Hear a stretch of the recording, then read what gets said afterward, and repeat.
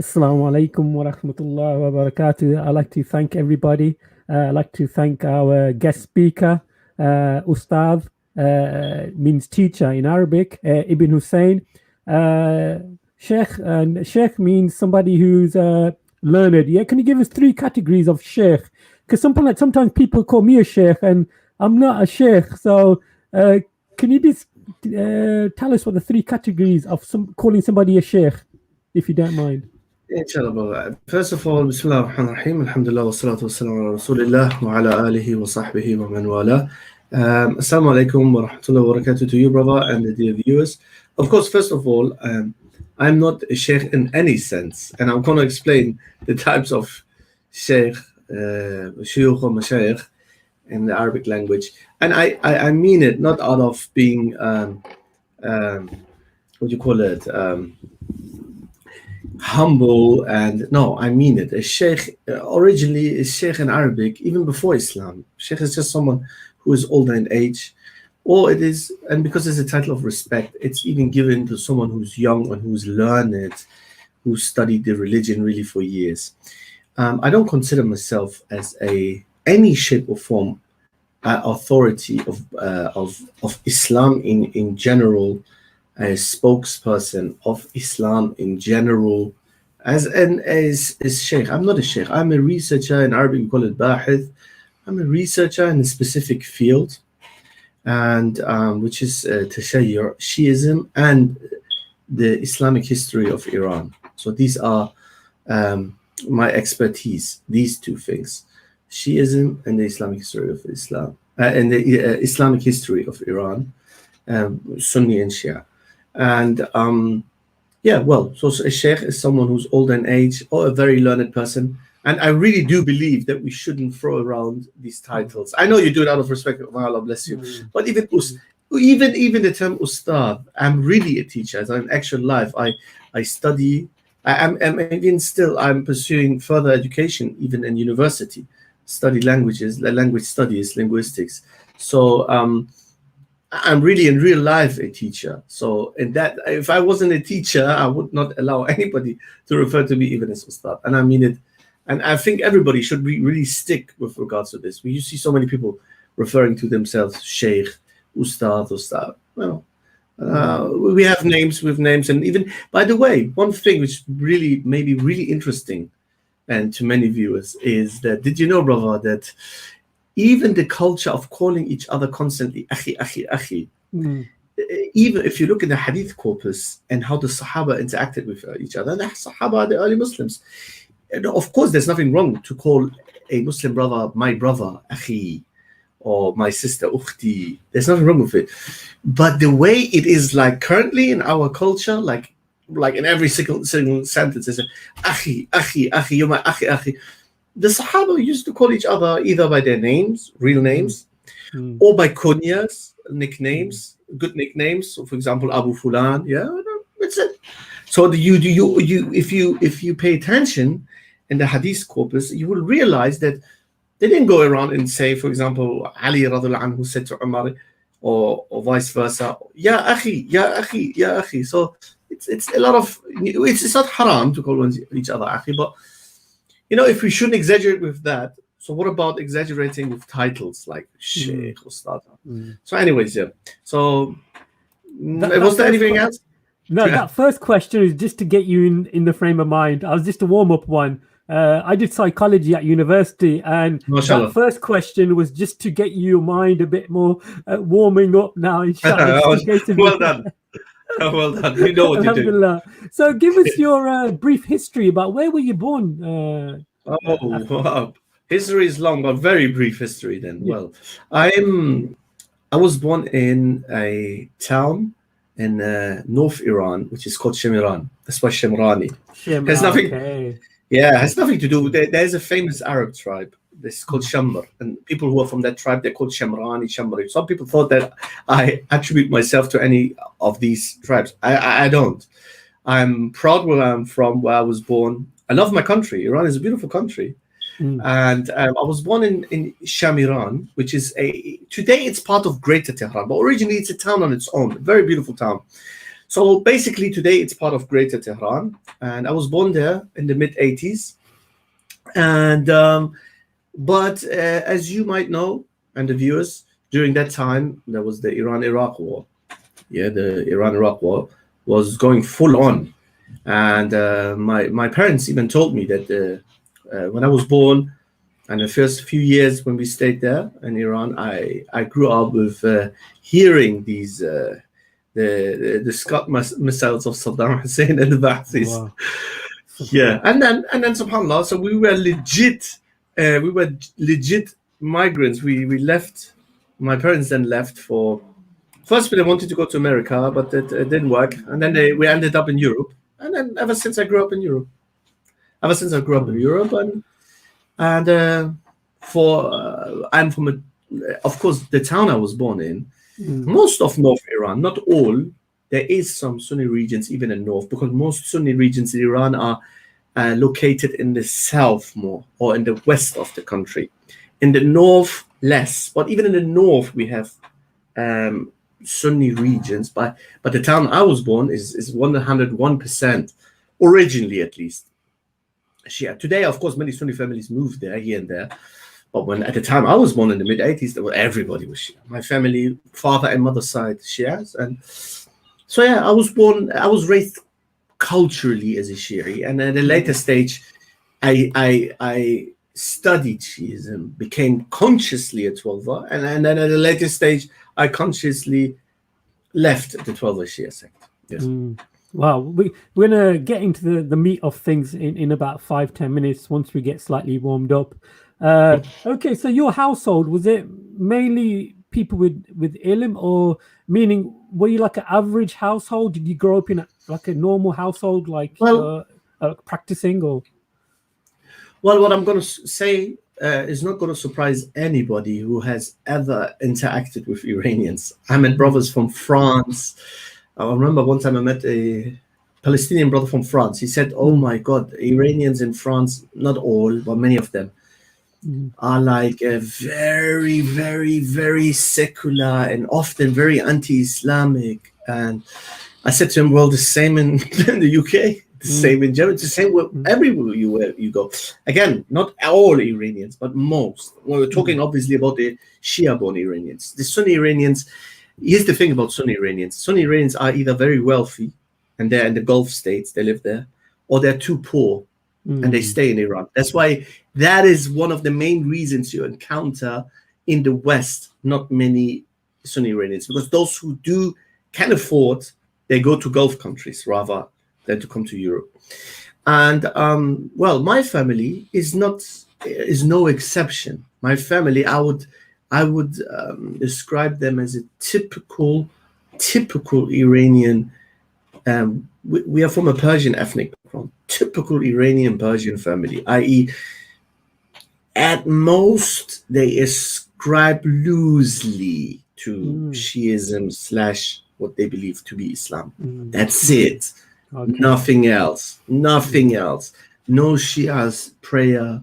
No nothing. I mean, I can tell you, without bila mubalagha, we say in Arabic, without exaggeration, every average Iraqi or Pakistani or Lebanese or Indian Shia family is more religious than today's Iranian Shia families. And the reason there are many factors for this, of course, because the Iranians are disappointed. The Shia clergy in Iran, they have really ruined it for themselves. They have really ruined it for themselves. And the religiosity is on a low in Iran. And again, whenever I say these things, people will then bring this guy or this exception. Yes, exceptions prove the rule, we learn. Yeah.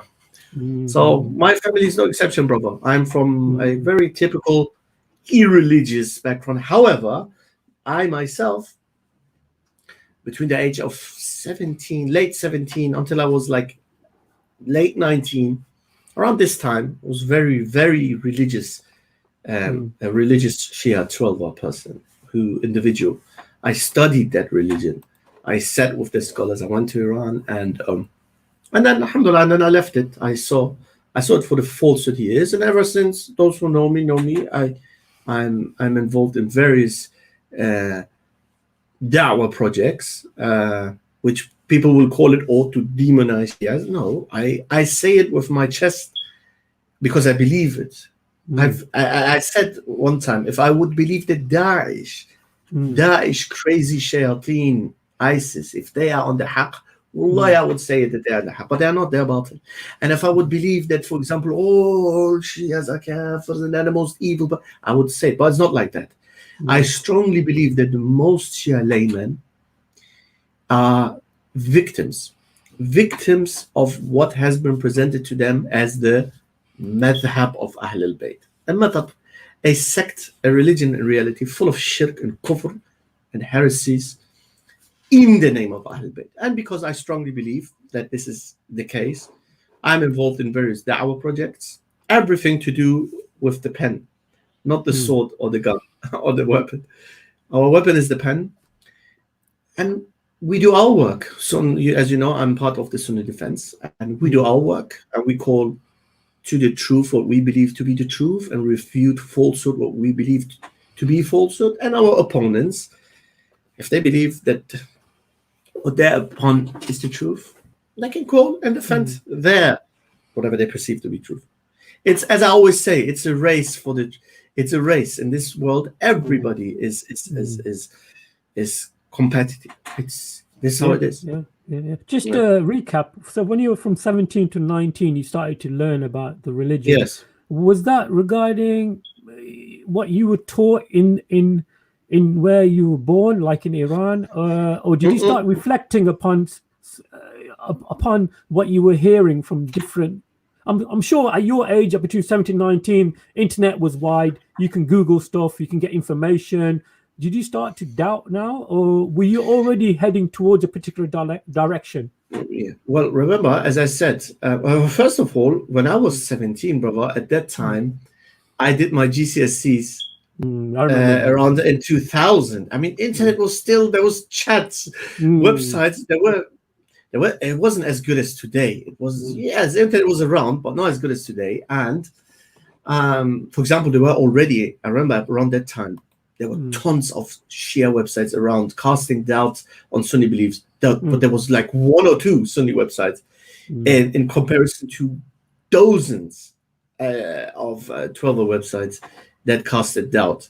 Alhamdulillah, today the game changed thanks to Sunni Defense, 𝗏𝗏𝗧𝗏𝗏net and other projects. But brother, back then, well, as I told you, I left Iran. Well, I did not literally leave it. I was 3.5. So I was 3.5 when my parents left Iran. And remember, I was raised then by parents who my mother's family are traditionally not religious at all. My father's family are very religious traditionally. My father and my mother then, like most Iranians, they all loosely ascribed to Shiism at best. That was the best case. So I wasn't raised with any religion. To be honest, any religion. I consider myself to be I was raised without any religion. I was raised with someone with a Shia background. Of course, but here's the thing: when 12ers and Shias hear, they like to hear these things. Oh, this guy was never a real Shia in his life anyway. Then, no, it's not that easy in my case. It's not that easy because although I was not raised in a household that was religious, but then you ask me now, what happened when you were 17? I call it the fitrah. When I turned around the age actually of 14, I had an affiliation towards Islam. I can't explain why. I just know that in school, akhi, I will never forget. We had religious studies, and then it was a few weeks about Judaism, a few weeks about Christianity, a few weeks about Islam. When it was Islam, the teacher said something really powerful, akhi. A non-Muslim. Listen careful what he said. He said, Islam is one of the Abrahamic religions, and in Islam, Muslims, they pray to Allah, and Muslims pray to Allah alone. There is no praying to Jesus or Mary or saints. They pray to him alone. They say, they call it shirk. Wow. To pray to. I was proud in that moment, in that moment when he said it. It was a kafir, akhi. When this kafir said it, because he even understood these basics of Islam, I was like, Yes, I remember. Now, back then I did not know, but today I know that. You know the famous statement of brother Malcolm X, rahimahullah, when he said, "This is a good religion." And then in that moment, I felt like this is a good religion. ذَلِكَ دِينُ الْقَيِّمَةِ ذَلِكَ الدِّينُ الْقَيِّمَةِ. This is the right religion. So I felt like, yeah.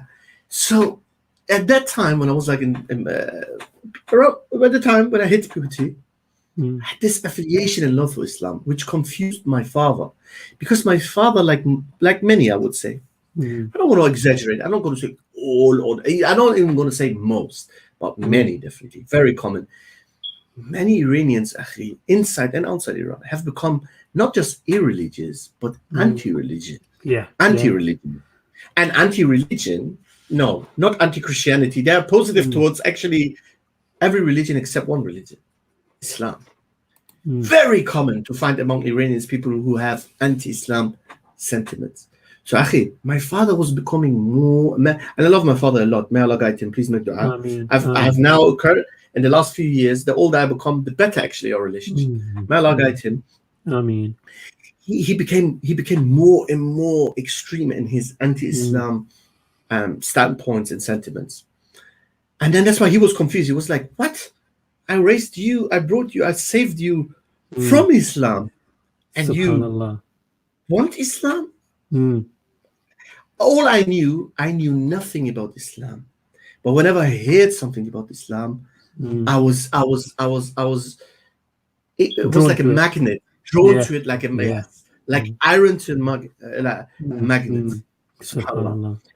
And then of course the story is long. To cut the long story short, because of my background, Iranian, Persian, Shia background, of course, what happened, I knocked at a door of a mosque, which of course was then a Shia place of worship, because I remember, subhanAllah, you see, it was written for me. I went to the central station, and it's famous in the town where I was raised that half the taxi drivers are Afghans and half of them are Iranians, and then there's some Moroccans. Unlike, it's not like in the UK, where mostly Asians. They were like mostly Iranians and Arabs and Afghans. And then there was an Iranian guy, some godless guy. I could tell because he looked like, he said, "What?" I said, "Uncle, where's the mosque?" And next to me there were like 20 mosques. Ahl Sunnah. They wrote down. He said, "Mosque?" He said, "Are you Afghan?" I said to him, "No, I'm Iranian." He said, "What? You're Iranian? What do you want to do in the filthy mosque?" He said to me, look. What do you want to do with the filthy mosque? He said, "These filthy akhuns." Akhuns means like Molvis, you say in Pakistani. I was like, wow. I said, and then they said, "Yeah, well, yes, where's the mosque?" He said, "Well, if you're Iranian, go there." It was the only Iranian place, I think. He didn't directed me towards that one, guided me towards that place because he himself believed in it, but because he was like, "All right, the guy's Iranian, so he's Shia most likely, so let's go there." So I went there. I stayed there for a few years.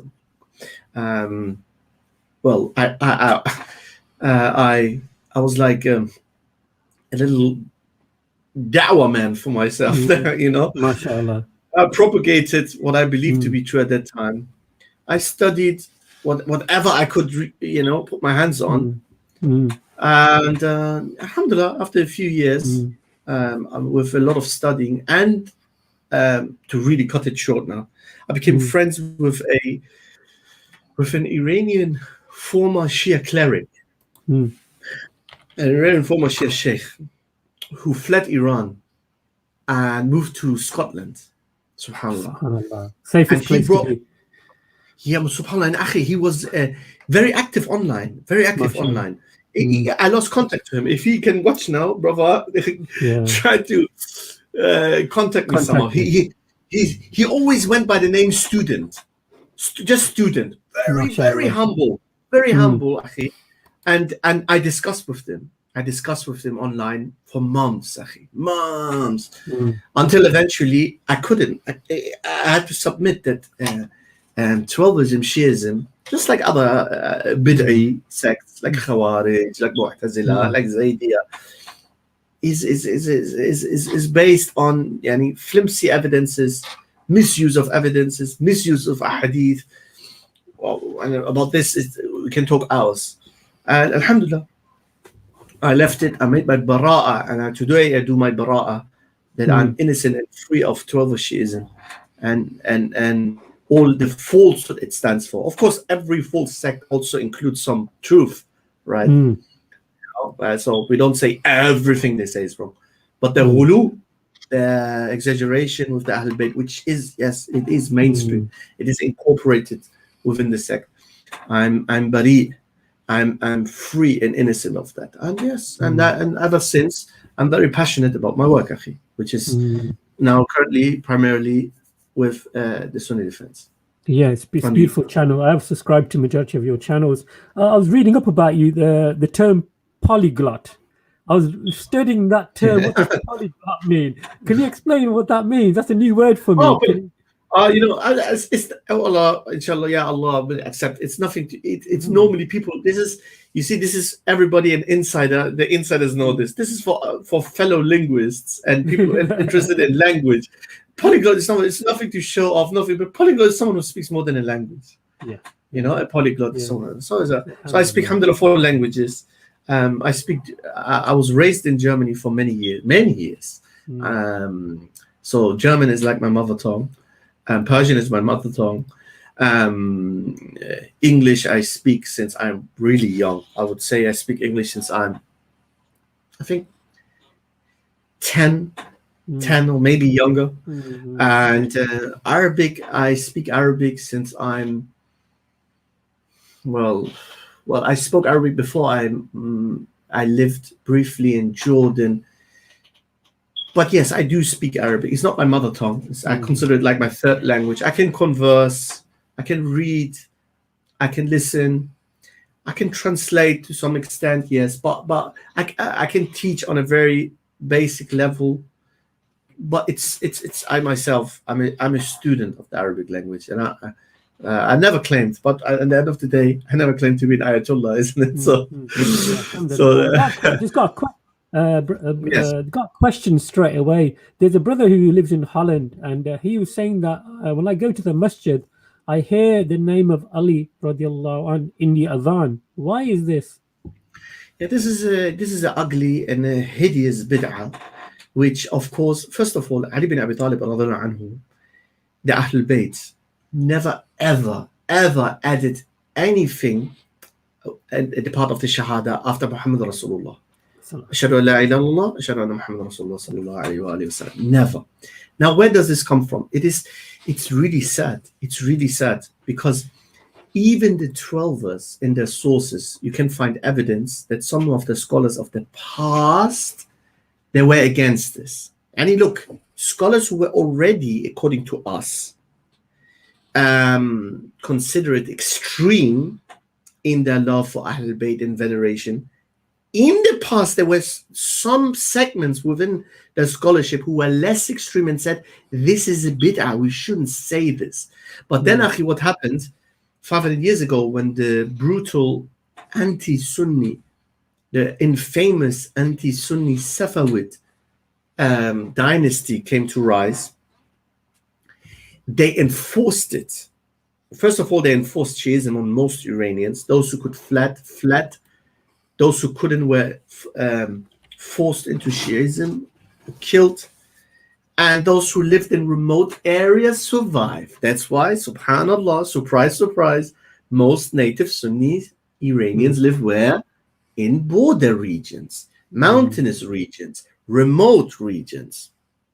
And most Shias in Iran live in the heartland, where the Safavids slaughtered or forced people. So anyways, it is a fact, and I can debate anybody on this, although this is not a primary issue, but any learned Sunni can debate any Shia on this topic, that even according to 12 sources, the correct way of adhan is not to add Ali and Waliullah. And brother, the sad part is, if you ask most Shia Ayatollahs on the website, for example, Sistani, you know what? This is Ayatollah Sistani guy who looked like he was taken out of the freezer when he met the Pope. Do you know what he says on his website about Ali Waliullah? look at the joke. He says, it's okay to say it and it's recommended as long as you don't believe it's part of the adhan. What? What if it's not? As long as you're not as long as you don't believe that it's a compulsory part of the adhan. What do you mean? So it's not part of the adhan. It was, so what? Yeah, because it's recommended, because it's a true statement. And by the way, Akhi, the brother is making an ishara to they say Aliyun Waliullah. Ali is the wali, close friend of Allah. Is it a true statement? Yes. So there's a lot of true statements. That's like, what's your first name, brother? I forgot your first name. My first name is Muhammad. That's like me saying, Ashhadu anna Muhammad from Coventry is a Muslim brother in Islam. It's a true statement. Or are you comparing Muhammad with Imam Ali radiallahu anhu? No, I'm not. But it is silly. Ali radiallahu anhu never said it in the adhan. It's a late fabrication, and the Safavid rulers, they enforced it. And today in Iran and in Iraq and all Shia regions, they always say it without exception. And Ahlul Sunnah can prove that even from their books, this is a bid'ah. We don't say Ashhadu anna Umar Waliullah, and we don't say Ashhadu anna Ali Waliullah, which proves that we Ahlul Sunnah, we are not biased. If we were extremists like them, what would we have done? If we were reactionists, reactionary in our approach, Brother Muhammad and their viewers, what would we have done? We would just say, let's add then Abu Bakr into the adhan, right? Yeah. No, we are Ahlul Sunnah. We don't do this. We don't do ghulu. We don't exaggerate, neither with Abu Bakr or Umar nor with Ali. I left Shiism thanks to anti-Majus and Sunni defense. Allah bless them. Yeah, there's another question for you. Is that why do the Shias pray on a stone? Why do they pray on the stone? I wrote an in-depth article on this, which just 1 second. It is. Let me just show you, brother. First of all, it's we shouldn't call it a stone. It looks like a stone, but it's not a stone. Should be a little bit more precise. But of course, the brother, it's not his fault, the brother or the sister. It is basically dried. It is clay, mud. It is hard mud and clay, which they argue, the Twelvers argue that it is compulsory. It is compulsory to do sujood on something that is made of earth, right? And this is clay, so this is fine. So that's why we do this. Now, the response of Ahlul Sunnah wal Jama'ah is that there is no evidence that it is compulsory to pray on clay. Yes, there is the view, there is the Sunni view, especially in the Maliki madhab, that it's recommended ideally to pray on something that is literally straight, fresh, like actual soil, yeah, like palm leaves and stuff like that. Yeah, but that's not always possible. And on top of it, we have evidence. We have evidence that the Prophet ﷺ also prayed on things that were not from soil. These are, of course, the evidences that the Shias will never show you in their articles when they try to prove their narrative. I'll give you the link, Akhi. Maybe you can put it later. Yeah. If you put it in the private chat, private chat, and then I can cut and paste it, and maybe I can put it in the.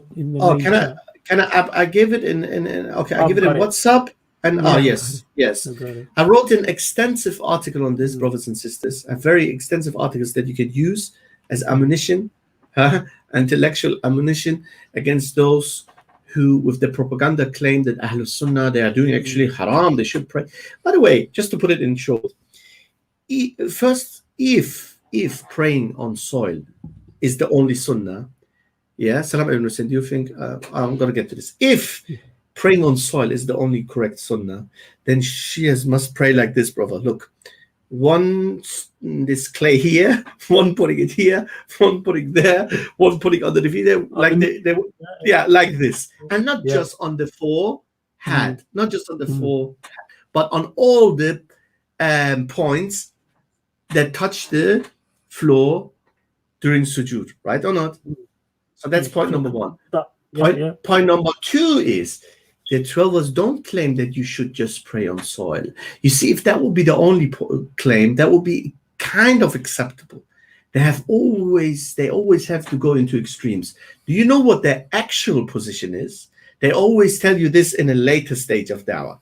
Their actual position is that you should prostrate on the soil of Mecca? No. Medina? No. Karbala. Wow. They say it's sunnah to pray on the soil of Karbala. Why? If they, it's the grand, and then they come with emotional arguments. The grandson of the Prophet. First of all, there are hadith. There are, of course, no evidence to us. There are no hujjah against us, their narrations. Then they come with emotional argument. But the grandson of the Prophet. But it's the grandson of the Prophet. We say, yeah, but the Prophet is superior. So even if we had the bid'ah belief that we have to carry soil with us, then it would be the soil of Mecca or Medina. Not the soil of the grandson of the Prophet ﷺ, because no matter how great the grandson of the Prophet ﷺ, the Prophet is greater than him. But anyways, if this is a bid'ah, there's evidence that the Prophet ﷺ also prayed on other than things that were made of soil. And just check my article, brothers and sisters. They literally pray on. By the way, they don't keep their prayer. I call them like they look like hockey pucks. Yeah, they don't keep them clean. They don't keep them clean as in they write on them. Things are inscribed on it. You know what? Yeah. Ya Ali, Ya Fatima, Ya Fulan. Imagine you're a Sunni and you pray on something in front of you. It's written, Ya Umar, help me, or something. A'udhu billah. If a Christian would come past you, would say, what is this? And they have done this in the name of the Ahlul Bayt. May Allah guide them. Some of these places have shirk written on it. Yes. Some of them have shirk written on it. And I have put the evidences in my article. I have checked my article that brother Muhammad is sharing with you guys. Yeah, I've just posted the article on the chat. So please, guys, load it down and read it. The next question. Next question. Can you see it? I shared the followers of Dajjal. Yes. Salam Ebn Hussein. Do you think Shias are the followers of Dajjal? There's a hadith that says 70,000 Yahudis from Iran will follow Dajjal. I actually wrote an article about this as well, but it's on another website, Sons of Sunnah, that is strangely like it's blocked by YouTube. The website is completely blocked by YouTube and by Facebook. So, first of all, no, I don't believe that they should. Look, we should be really careful with our language, not because we're scared of anybody. As I said, we Ahlul Sunnah, we're Muslims. We are neither arrogant. We don't walk around like this. I always say to my own students, I have young students. I have between the age of 7 to older, 19, and even the older classes up to 99. As Muslims, we don't walk around like this. Nor do we walk around like this. We walk around in life like this, straight. We're not scared of anybody. But we have to be careful with our language. This Shia do this. No, Akhi. Most Shias, as I said, are irreligious people. Most Shias are Iranians, Akhi. Very decent people. Nice people. People who have been disappointed. They don't know better. I.e., the best way to describe them is actually as victims. Most of them are victims. Now, of course, there's a truth in your statement. What you've linked together, there's a truth in it. I believe in it as well, which is the Prophet ﷺ has prophesied that at the end of time, 70,000 Jews will aid the Dajjal. Now, here's the thing. You know, when the Prophet ﷺ said this, and even years after the Prophet said this, Isfahan in Iran was a majority Sunni country. So that hadith didn't make sense at that time, isn't it? So at the time when Persia was Sunni Persia, people in Persia would say, we're all Sunnis here, and there's barely. But look, Qadr Allah. What happened. What happened? Iran became a majority Shia country. And guess what? Isfahan is a 90.9% Shia city today. And Isfahan has actually one of the largest, proportionally speaking, Jewish communities in Iran. Proportionally speaking, Tehran and Isfahan have the largest Jewish communities of all Iranian cities. Now, someone might say, but it's not exactly or close to 70,000. It's irrelevant. We're not at Yawm al-Qiyamah yet. All we know is that the Prophet said this. All we know is that the description of the Mahdi, the fake Mahdi, is very similar to the Dajjal. So it's not far-fetched to link these things together and say that a group from them will aid the Yahud or be with the Yahud and will be the followers of the Dajjal. Yes. Alhamdulillah. The questions are coming in quite quick now. The next question, I don't know if you can see this question on the screen. Yes, yes. Oh yeah, okay, yeah, that's easy. Some Shias say the Quran is changed. Do all of them believe in this? No, first of all, most Shias, I would vouch for most Shias in the world, and I would defend them. I'm talking about the religious ones. The non-religious Shias, they don't care about anything anyway. Most religious Shias in the world, they love the Quran. They love the Quran and they respect the Quran. And my grandmother, one of my grandmothers is still alive. She's Shia. She reads the Quran every day. She loves them. If you go to her and say, you believe the Quran's changed? She would say, what? No. However, you have to understand how it works, how false sects and religions work. Many things the awam are not aware of. The awam, the general folk, the lay people are not aware of some delicate issues within the madhab. So, for example, tahrif al-Quran, believing in the distortion of the Quran, yes, many of the scholars of the past did, and many of the scholars today do, and they have different types of tahrif. For example, some of the scholars believe that and the Quran is things have been removed. That was a very common belief, that the things have been removed by the Sahaba, the merits and virtues of the Ahlul Bayt. Nothing was added but removed. And for example, one of the top scholars, kind of one of the Shaykh al-Islams, they even refer to him as Khatam al-Muhaddithin. His name is Muhammad Baqir al-Majlisi. He said that believing in a distortion of the Quran, according to Shias, is a logical necessity. Subhanallah. Why? Wow. Because according to him, which makes sense if you follow the heretical religion, he says, because according to us, the Quran was compiled by a bunch of apostates, renegades, usurpers, i.e. the Sahaba, according to them, right? And if the Quran was compiled by such a people, then how can we trust such a Quran?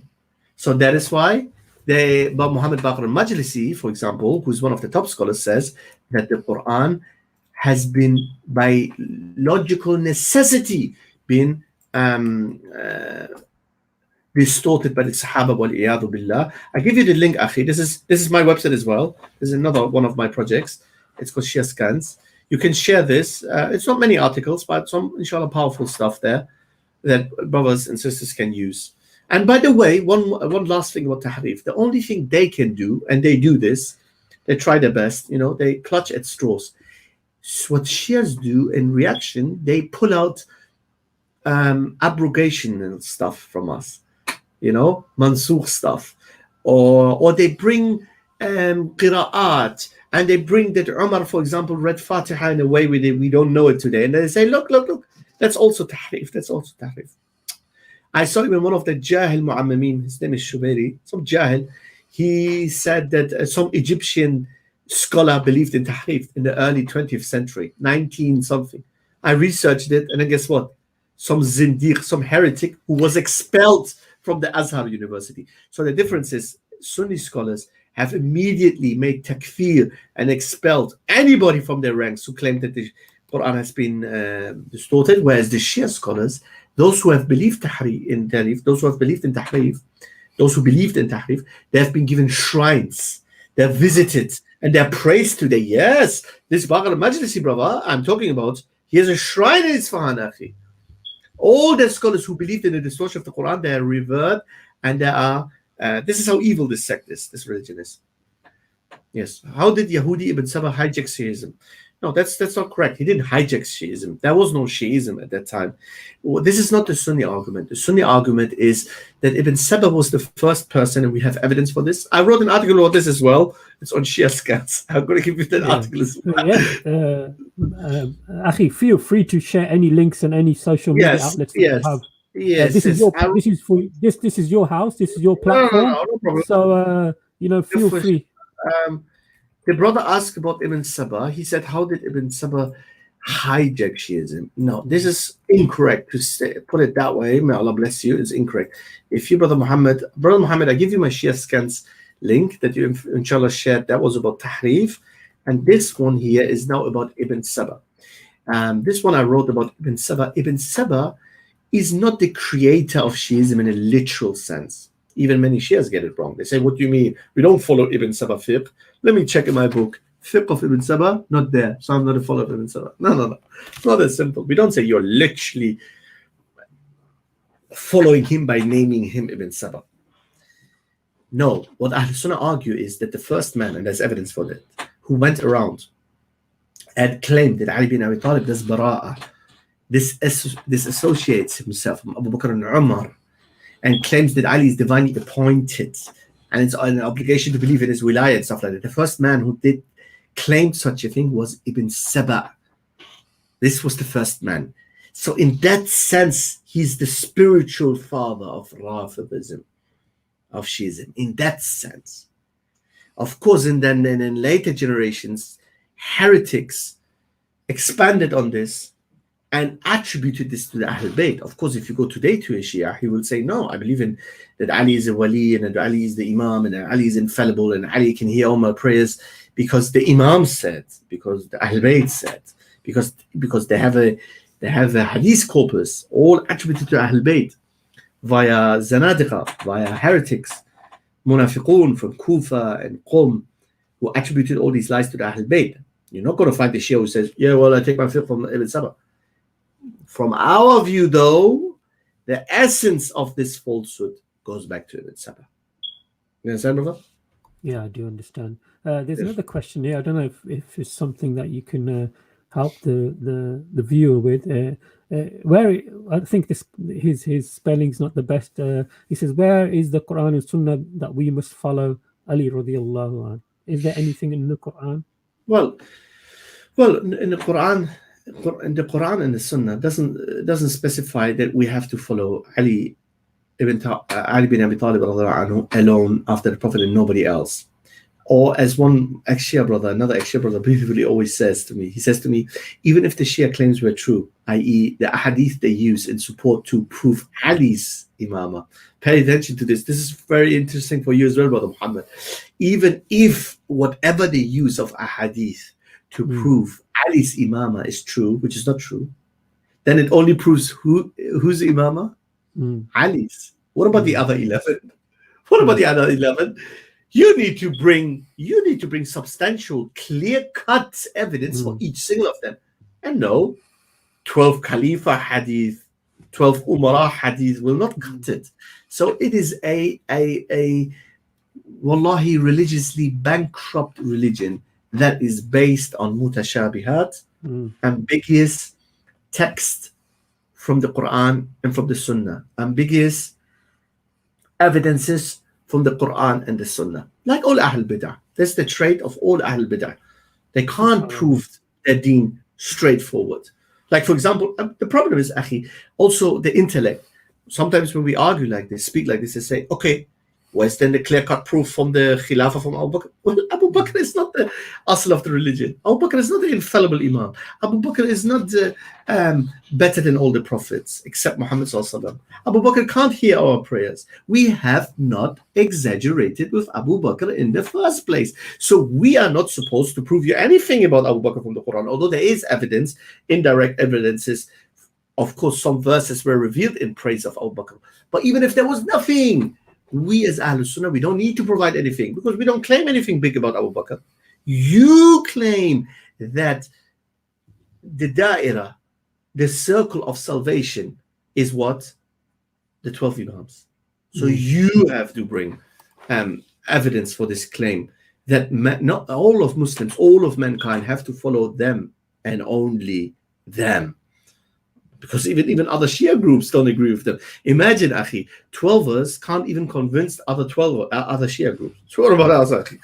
They can't even convince us. The Zaydis, well, Akhi, if you speak to knowledgeable Zaydis, they say they're lunatics.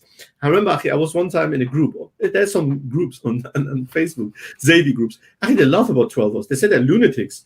They're crazy. They're lunatics. They have romanticized Ahlul Bayt. They even accused them, not really straightforward, although they should, because you should call a spade a spade. They accused them of really over-exaggerated praise and even idolatry with the Ahlul Bayt. You see how they depict the Ahlul Bayt in the shrines in the holy cities, like Persian drag queens, short beards, tons of 1 kilo makeup in their face, bro. Plucked eyebrows. What's this? What have they done? And the claims about the Ahlul Bayt and praying to the Ahlul Bayt under the guise of tawassul and all these khurafat superstitions. So if even Zaydis, although Zaydis to us are deviants, but they're less deviant. If Zaydis don't get convinced, are not convinced by this 12 sect. So Ahl Sunnah wal Abrar, the mighty Ahl Sunnah wal Jama'ah, not in a million years. Subhanallah. There's another question here. Can you see the question on the screen? Yes. I possessed by shaitan and therefore in the layman. Yeah, well, sometimes think about this. Have you thought about this one? Sometimes, I ask myself something. You see, when you see a lot of converts from a Christian background, you, Brother Muhammad, how many cardinals, how many old priests who left Christianity? Not many.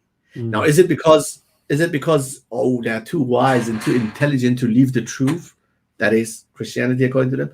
It's not that. It's because, look, brothers, and Brother Muhammad, you studied psychology. I believe the longer you are in something, for example, cardinals, I heard that there's not many cardinals around in the world. They earn, apparently, in some Western countries, they earn more than 10,000 grand a month.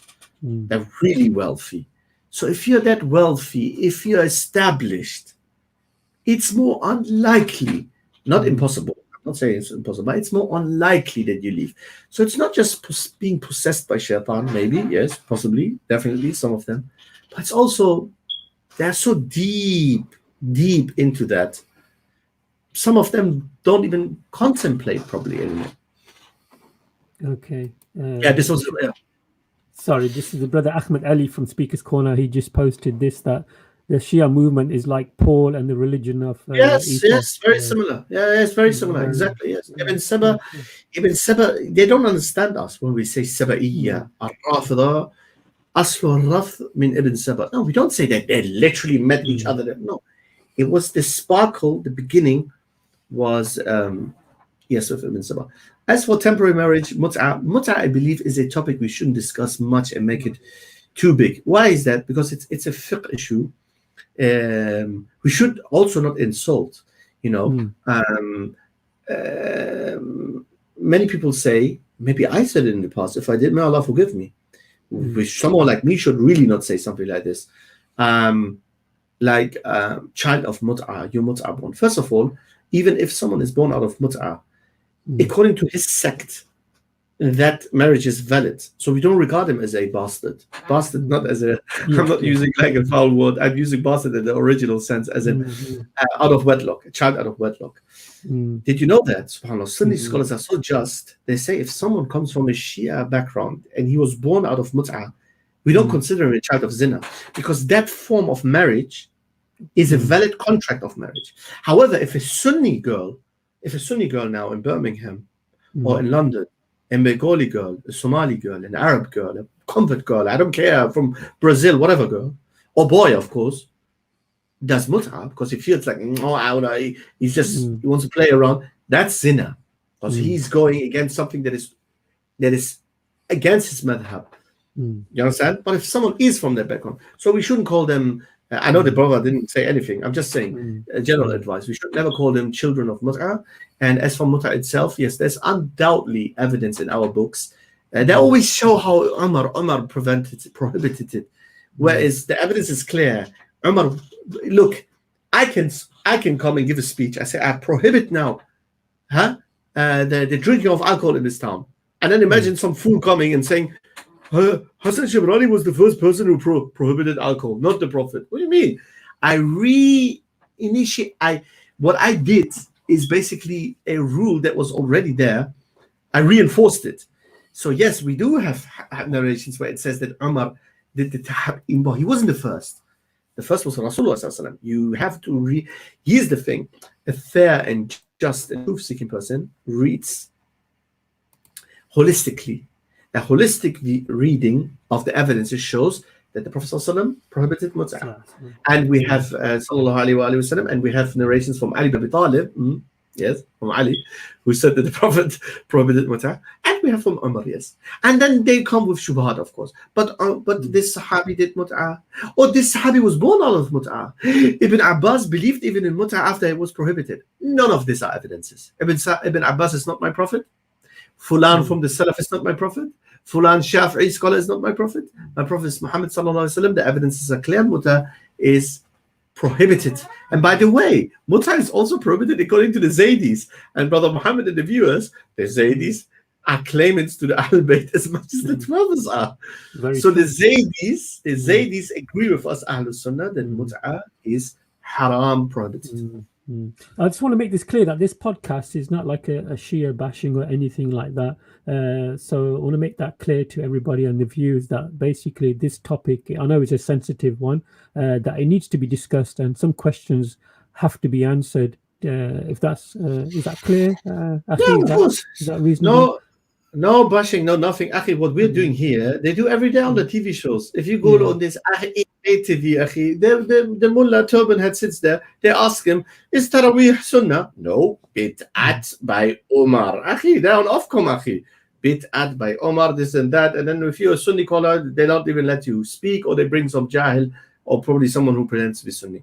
We are doing nothing outrageous here. What we're doing, we are speaking. You're speaking to a former Shia. They always bring, they love it. They bring their former Sunni guy, which, by the way, I bear witness, and Allah is my witness. When I used to be Shia, every single so-called ex-Sunni I met, without exception, was of two types of person. Guess what? Either a very, very mentally disturbed person with a really messed up background, or a hardcore Sufi and mixed with 0.1 or with 0.1, it doesn't matter, or a hardcore Sufi. And guess what? When I moved to the UK, this is exactly what I was told. I was told that if you find someone who became a 12er, he's not from Ahl Hadith, he's not even from Deobah, 100% he's from a Barelvi background. With all due respect, I know my brothers and sisters from Barelvi backgrounds got now angry. I'm just speaking from my experience and experience of many, many, many people out there, and ponder over it and think about it. Why is that? Yes, the Shia draws pics of Ali saying it is him. So if the Dajjal comes, he can fake those pics. No, they actually don't say this. They always play around with words, Akhi. They don't say this. They don't say it's Ali. They're scholars, and they say it's not literally Ali. They say it is the imagination. It is a beautiful illustration of him, but it's not allowed to say it's literally him. And it is not allowed to draw him in any humiliating way. Brother Muhammad and viewers, the scholars, they say it's haram to draw the Imams in a humiliating way. Of course, drawing the Imams as they draw them, looking like metrosexual Persian dudes with 1 kilo makeup and plucked eyebrows, that's not insulting? That's not insulting? It is, that's literally, by the way, you see, that's literally the bid'ah of the Catholic and the Orthodox Church. Lately I'm really interested in church history. And subhanAllah, the most ancient churches, they're more severe in shirk. Unbelievable, Akhi.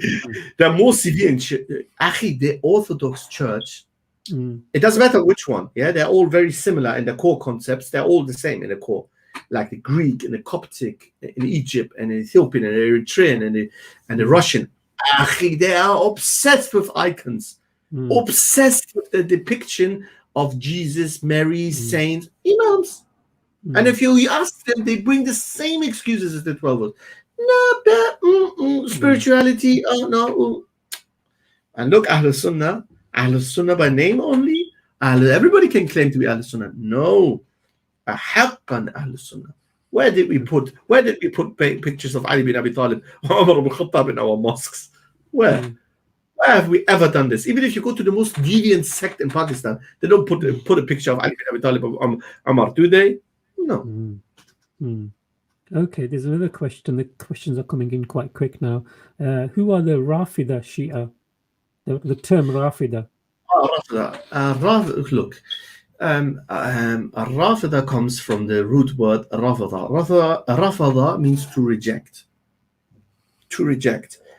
Ar-Rafida are the rejectionists, those who have rejected. Also, or you can also say Ar-Rawafid. It's plural also. It's rejectionists. Singular Ar-Rafidi and female Rafida Rafidiyya. Now here's the thing. People think, even Westerners, I read some papers actually on extremism and anti-Shia sentiments on Google. They said, oh, Wahhabi, Salafi extremists, they use slur words like Rafida against the Shias. It's not a slur word. If we very plainly sober, Rafida is a technical terminology used by Sunni scholars since ancient times, and is descriptive. It describes someone. Rejectors of what? According to us, rejectors of the truth.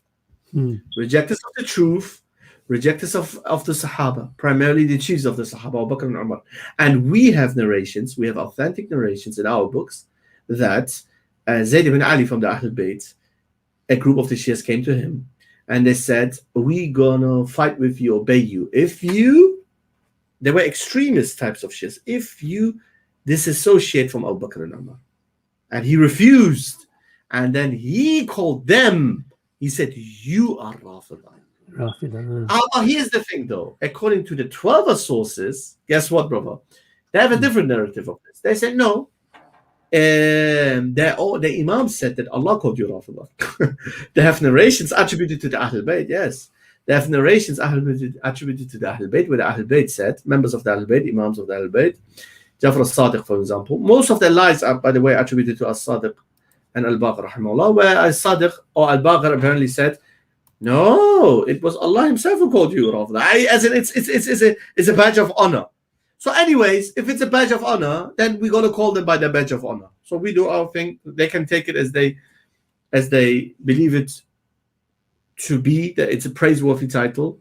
And here's the thing, Akhi, many laymen Shia, they are so ignorant, unfortunately. They don't know that according to the books, it's a praiseworthy title. They don't know. They think it's an insult.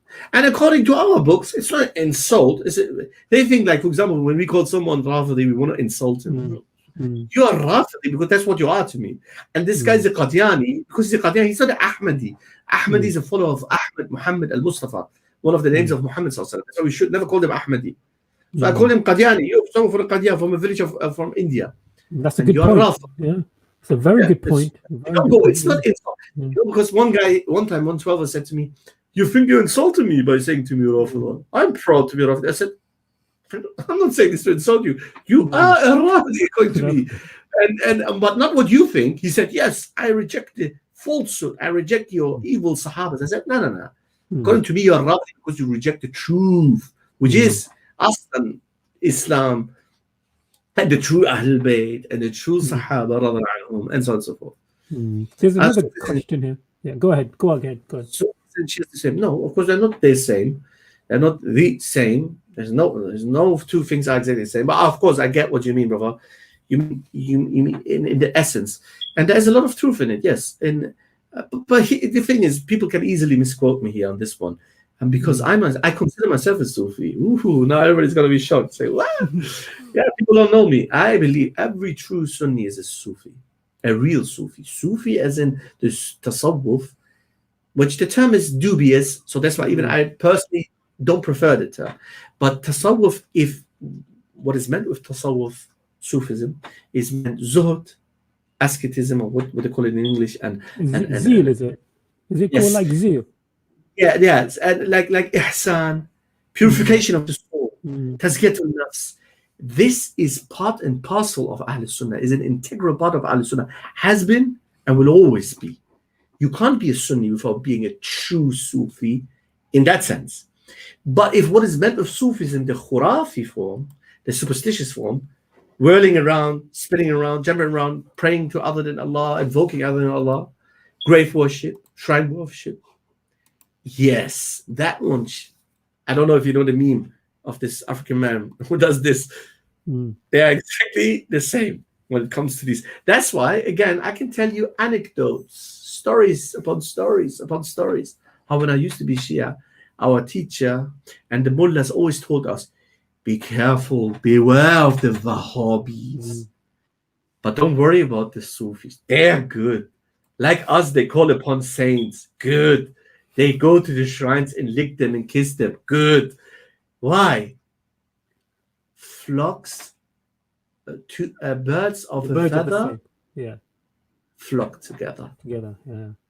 Not saying they're exactly the same. I'm not generalizing tasawwuf. I'm not saying all forms of tasawwuf are evil. I say the ghuluwish, exaggerated, bid'i form of tasawwuf that is unfortunately widespread shares a lot of similarities with all the differences they have with the Shia. They do. They share all similarities in regards to what? To the heresies, extremism and exaggeration with the saints and great veneration. And that's why they're often united in one way or another against Ahl Sunnah wal Jama'ah. Okay. How many rakahs? Well, here's the good thing. They pray the same rak'ah as us, the same. They have 2 rak'ah fajr, they have 4 rak'ah dhuhr, 4 rak'ah asr, 3 rak'ah maghrib, and 4 rak'ah isha. Of course, they make always jam, which they will bring spurious arguments, of course. They will quote Ibn Abbas. Ibn Abbas becomes suddenly the infallible imam. Oh, Ibn Abbas believed in mut'ah. So what? Oh, Ibn Abbas saw the Prophet ﷺ, he joined the prayer without reason. Oh, Ibn Abbas is your infallible imam. They bring here and there some spurious evidences to claim that it is legit for every situation. No, Ahl Sunnah do believe that in certain situations you can do jama', but they pray the same amount of raka'at, prayer units, but always jama'. Together. And always together in combination. I mean, not fajr. But Dhuhr and Asr always together. Akhi Muhammad, guess how many adhan you hear in Tehran? I don't know. I wouldn't know. 3, Akhi. Akhi, if you go to Cyprus, where there's a masjid, and next to the masjid there's a club, and they drink and they do all of things. At least you heard the adhan 5 times a day, like Muslims. 5 times adhan. Akhi, 3 adhans. Akhi, the only Muslim. Akhi, because they gather together for 3 times. You just answered it. Okay. Together. Okay. Unbelievable. Wow. Is this Islam? Is this the Islam of Al Muhammad? Is this the Islam of the Ahlul Bayt alayhi salam? Oh, the people. I talked to one person there. He was a Basiji, imam of the paramilitary. When I was there in 2000 in summer, he said to me, "Yeah, people don't even come for these free prayers." I said, "So what if people don't come? Who cares for the people?" This is the sunnah of the Prophet ﷺ and Ahlul Bayt together 5 times or 3 times. Akhi, even this one they have distorted. Unfortunately. That's why we are doing what we're doing. The Ahlul Bayt have nothing to do with them. And they have nothing to do with the Ahlul Bayt. It's just a claim, just like the Christians who claim to be from Jesus and Jesus to be from them. There's a question here. Do the Shia sect, do they have any books like Sahih Bukhari which are authentic? That's complicated. There's a lot of things to say about this. Officially, no. Officially, they don't have a book called Sahih so-and-so. And the funny thing is, some of them, in their ignorance, take pride in this. You will often find them say, "We don't have a single," as if it's something to be proud of, you know? Wait a second. You scholars, they can't even gather Sahih from not Sahih or what? The truth is, of course, it's because of Dajjal. Dajjal with a small d and no shadda on the g. Dajjal means as in charlatanism. The scholars, each of them has another methodology, completely disagreeing on things, and each of them wants to quote from these sources of khurafat, superstitions, and 𝗧𝗪𝗪𝗕, nonsense. So each of them claims, and each of them can claim, yeah, that's according to me, not according to him, it's not authentic. There was one scholar, his name was Al-Bahbudi, in the 20th century. There was one big Shia scholar named Al-Bahbudi, Ayatollah Bahbudi, who compiled a book called Sahih al-Kafi. From Kafi that has 16,000 ahadith, roughly. Bukhari has around 5,000, you know that, yeah? Bukhari is, so this al-Kafi is 3 times plus bigger. This bigger. This Shia scholar, he endeavored and went and compiled Sahih al-Kafi. I think around 20% of al-Kafi was left, or less than 20%. And guess what, Akhi? He was lambasted. He was attacked by all the other Shia scholars. They don't like it. He was attacked so harshly, Akhi. Some accused him of heresy. He was attacked so harsh that after him, as far as I know, nobody dared to do this again. Wow. In their culture, you know, the culture that we have, health, Sahih from Da'if. Actually, we have a Kurdish scholar. I don't know if you're aware of the viewers. Did you know that we have Sahih at-Tabari? You know the famous book Tarikh at-Tabari? Famous book of Tarikh that unfortunately many Shias and Islamophobes, they pick and choose whatever they like from that book. Although Imam Tabari, who by the way was a Persian Sunni scholar, Imam Tabari from Tabaristan of Iran, in the introduction of his book, he states that he has gathered everything, and it's for the people of 𝗧𝗨𝗥𝗓𝗧, for the specialists, for the hadithists to sort out what is right and wrong, right? Anyways, we know unfortunately, many Islamophobes and Shias, they misuse from Tabari. Akhi Muhammad, did you know, viewers, you and the dear viewers, did you know that a Kurdish scholar, a few years ago, he compiled Sahih and Da'if of Tabari? Look at the culture of Ahl Sunnah. A Sunni scholar from Iraq compiled a whole set of the narrations of Tabari that are authentic, and all those that are weak or extremely weak. This is our culture. They haven't even managed to compile, to sort out their own books, akhi. Subhanallah. So in that sense, no. But if you, but the most authentic book, according to them, the primary sources are the Kutub al-Arba'a, the 4 books they call it, which Al-Kafi is the most authentic. Yeah. Okay, I'm just writing this down because I'm making notes. I always, every time I have a podcast, I start to learn stuff, so I start making notes. Yes, they have Kutub al-Arba'a. They have Kutub al-Arba'a. They call it Kutub al-Arba'a. We have like Kutub al-Sitta, which doesn't mean that all our 6 books are Sahih, but they also, most of them, although a group of the scholars did believe in the past and does believe today that everything in the 4 books is Sahih. They have scholars who believe that everything in the 4 books is Sahih. However, most of the scholars, Wallahu Alam today, claim that not everything in these 4 books is Sahih,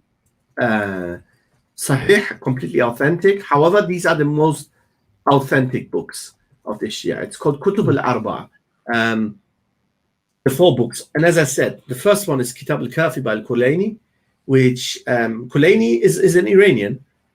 He's from Raz, he's from Ray, subhanallah. He's from southern Tehran. But, Ray was a town like Baghdad. Many people don't know. Ray is the ancient name. Ray today is part of modern-day Tehran. In ancient times, akhi, Tehran was nothing. Tehran was an insignificant town. Even in Persian history, the main town, the town in the north, was Ray. And funnily, Ray today is just a suburb of Tehran. So anyway, Ray is where many giants of Ahl Sunnah were from. Did you know that? For example, the Ar-Raziyain. Where's my book? Here. Can you see it in the camera? Oh, please don't fall. You see this? This is Al-Khurasaniya في شرح عقيدة الرازيين أصل السنة واعتقاد الدين. This is by 𝗙𝗢𝗧𝗜𝗢𝗙 Marzouk al-Tarifi. Sheikh al-Tarifi, who is in prison right now in Saudi Arabia, may Allah free him. He wrote a sharh and a commentary on the Aqidah book of the 2 Razis, Abu Zur'a and Abu Hatim. Abu Zur'a and Abu Hatim, they were both from Ray. Anybody who's from Ray, it's not called Aray. It doesn't go like this in Arabic language. He's called Ar-Razi.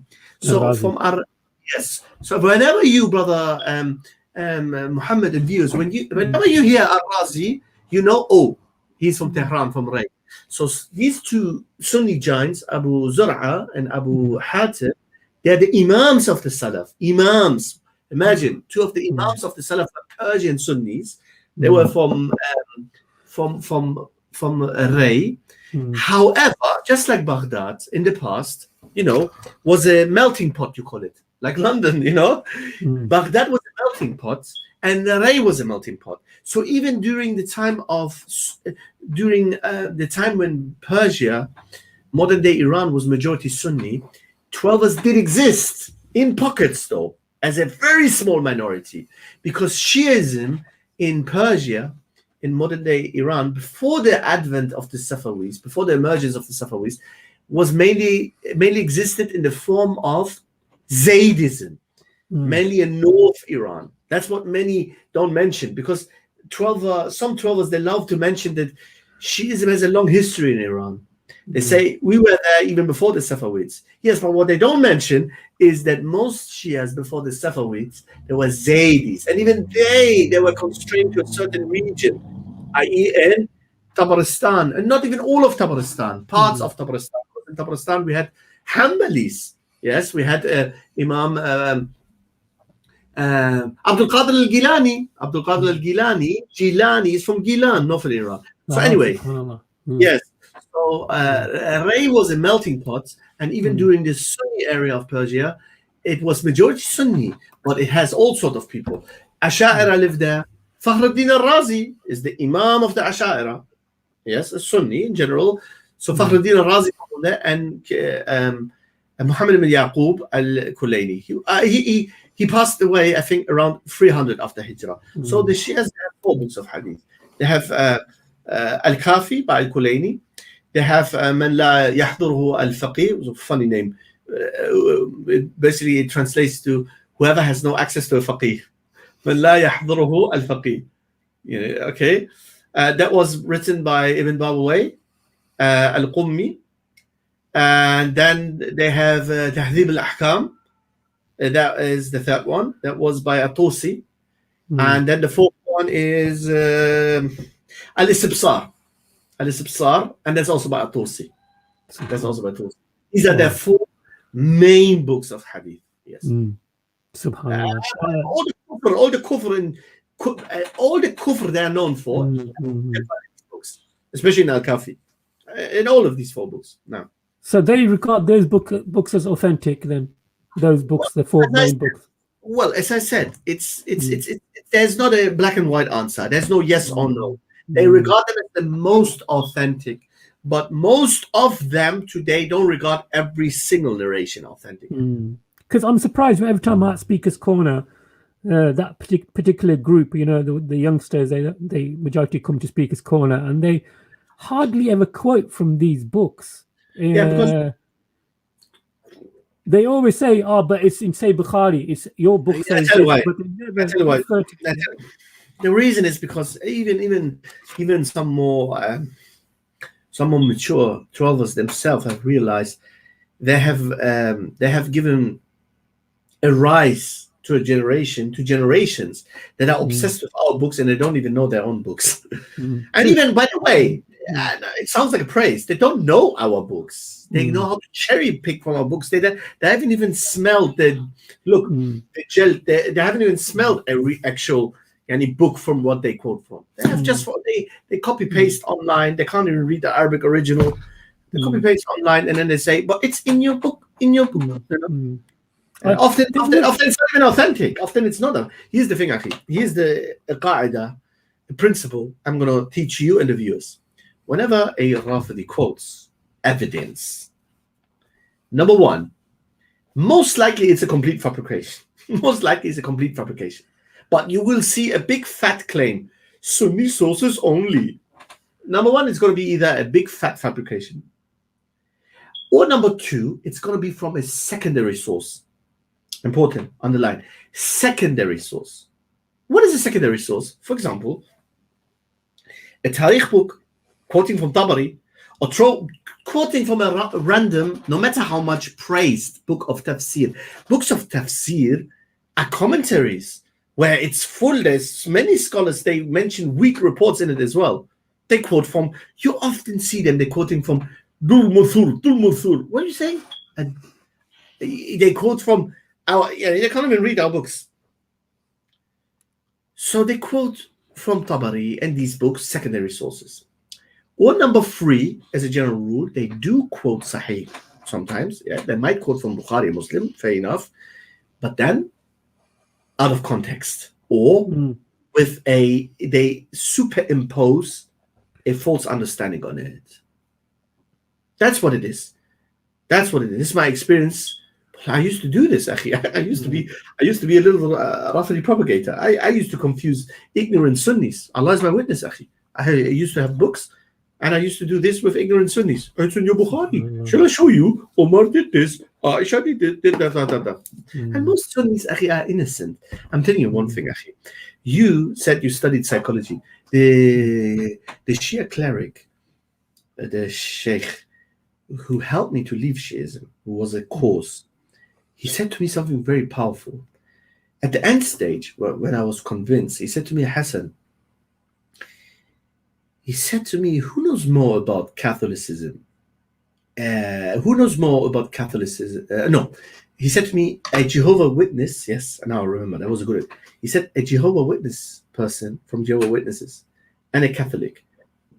Who knows more, the Jehovah Witness about Catholicism or the Catholic person about Jehovah Witnesses? I said, well, obviously, the Jehovah Witness knows way more about Catholic religion. He said, why? He asked me. I said, come on, uncle, it's obvious because he's the minority. As a minority, you always have to kind of, or you feel at least, that you have to defend yourself and you're a bit obsessed with the majority. He said, exactly. And this is it, yeah.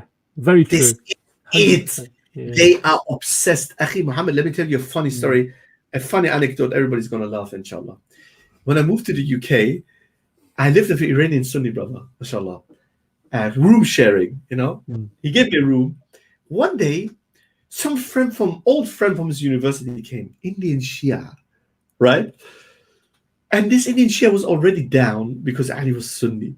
So when he saw me, although this Ali is his friend, when he saw me, he said to me, Salam alaikum, brother. I said, yeah. He said, you from Iran? I said, yeah. He said, alhamdulillah, ya Ali, my dad. And then he hugged me like this. And I was like, I said, yeah, but no such a thing. Ya Ali, my dad, and no Jesus, my dad, and no Abu Bakr, my dad, and no Hubal, my dad, and no idol XYZ, my dad. He said, you Sunni too? He would pop on this about. I said to him, with your permission, you know, in Farsi, we say like, I said, yeah, but he was like, and then Akhi, he had earrings. Subhanallah. And he was like, I don't want to completely judge someone based on his appearance. But even according to 12 standards, I think he was not the most religious. But you see the culture. The first thing he did, you know what he said? He said, but brother, let's sit down. I will tell you how Umar killed Fatima. Oh, no. I was like, look at this. So look at this guy. Look at this. I said, Akhi, without any arrogance, you don't know who you're dealing with, bro. Come here, just take your PlayStation 3 games, bro. He came to some PlayStation 3 games. So anyways, yes, bro. That's it, bro. One more point, and then I'll let you, of course, speak it. Akhi, Ahlul Sunnah are innocent. Ahlul Sunnah are wallah good people. Ahlul Sunnah are not obsessed with these small sects. Rafidah, 12ers, and Zaydis, and Khawarij Ibadis there, and Oman. And they don't care about these lot. The majority, unfortunately, this is one disadvantage. The majority is, look, the majority knows always less about the minority. And as I say, they don't know anything anyway. They have superficial, shallow understanding of our hadith corpus. They misuse and I was one of them. And they do this. And no, not because I was an extra bad boy. I see it today, actually, on Twitter, on Facebook, in their YouTube videos. Same methodology they use. From whom they learned it, bro? They learned it from arc liars. They learned it from charlatans like the author of 𝗙-𝗦𝗬𝗧, Ebn Hussein. What's his name? Some author of some Shia Sunni discussion book, 𝗙-𝗦𝗬𝗧. The Knights of Peshawar. They have learned all of these things from these liars. And they're laymen, unfortunately. That's why I call them victims. They are victims of this propaganda now. Okay. One thing I did experience every time at Speaker's Corner, a lot of the people who come from Iran, they turn to atheism. Yes. What's the link? Is it because it's... should be clear by now. Yeah, it is. But I do find it quite interesting. Akhi, as I said, I praise Iranian people, not because I'm Iranian myself. People who have experience with Iranians all over the world, they always say the same thing, that they are on the average very educated, very educated, a very educated and cultural people. So very educated and cultural people, Akhi, falling for Rafidism for the rest of their lives. Wow. Falling for this nonsense, Akhi, for this khurafat and shirkiyat and kufriyat and wailing for Ahl Bayt. This is the truth, Akhi. Of course, Akhi, many of them leave it, and of course, due to, you see, du'ad ala abwab jahannam. The Prophet ﷺ said at the end of the time there will be people waiting at the gates of the hellfire, calling people to hellfire. Of course, Akhi, the problem is, of course, many of these Iranians then leave Islam altogether, because I give you an example from one of my relatives who heard when I became Sunni. You know what he said to me? He said, Hassan, listen carefully, Akhi, and you're going to be shocked. He said, Hassan, I drank the Islam, like as a mithal, yeah, it's a example. Like say, example. I drank the Islam of all Muhammad, of the family of Muhammad, and that was disgusting. Now you want to bring me the Islam of the friends of Muhammad? Keep it to yourself. Keep it to yourself. Astaghfirullah. Wallahu al-musta'an. You know what's the problem, Akhi? I explain it this way. When you do da'wah, except the guy is from a like EDL background, if you do a da'wah to the average Gary Barry, you plumber who comes to you, what is he? He is an empty glass, right? Yeah. He might accept Islam, might not. The problem with most Iranian Shias who are disappointed, fed up of what they perceive to be Islam, they are not an empty glass, bro. They're not. They are a glass full and not clean. And they have a lot of ta'assubat. They have a lot of biases against Islam. That's why it's extra difficult to make da'wah to Iran. It is, Akhi. But alhamdulillah, the good news is, if people, by the way, the link is not going to work because YouTube, Google companies have blocked me. I contribute to a website. I work with this website. It's called sonsofsunnah.com. Sonsofsunnah.com. Tons of articles, very interesting, inshallah, for you guys, beneficial, about the Sunni history of Iran, everything related to Sunnis of Iran. In there, I have written about the rise of Sunnism in Iranian society. Not just the rise of the Sunni population, because by the Iranian government has a big problem, Akhi. The fertility rate among Shias who are very, very, very secular is very low. And the fertility rate, birth rate amongst the Sunnis in Iran is very high. Subhanallah. And which is, they're scared of this because our population is rising. And on top of that, I'm not saying tomorrow Iran is going to be Sunni, no. But things are going to change, alhamdulillah. And conversions to Sunnism have been noted by friend and foe. I'm not claiming. Friends and foes. Think tanks in America, ayatollahs from the minbars, they have spoken about the spread of course they refer to it as spread of Wahhabism in Iran. So yes, spreading in Iran. But most of them become like atheists, Akhi, because they're fed up, Akhi. There's something on here. I don't know. Look at this question. Look at this question. Showcase why most of Murtad councils run by ex-Shias. Brother, please do me a favor, because the question is so good. The question is so good. Guess what I have? Subhanallah, this brother, may Allah bless you for this question. And guess what? I have written an article on this, and I'm going to give you the link, Akhi. I've written an article on this as well. Yes, please share this article with everybody. And I'm going to read from my own article. Shia Iran has produced more apostates and anti-Islam activists than any other Muslim nation. Maryam Namazi is an Iranian-born secularist, human rights activist, commentator, and broadcaster. She's a spokesperson for Iran Solidarity. Blah, blah, blah. She's one of the founders of the ex-Muslim Council of Iran. In Britain, the founder of the ex-Muslim Council, so-called ex-Muslim Council, is an Iranian Shia. One. Number two, Ihsan Jami is one of the two founders of the ex-Muslim Council in where? The Netherlands. 2. Wow. Then we have 𝗦𝗨𝗕𝗦𝗧𝗜𝗍𝗍.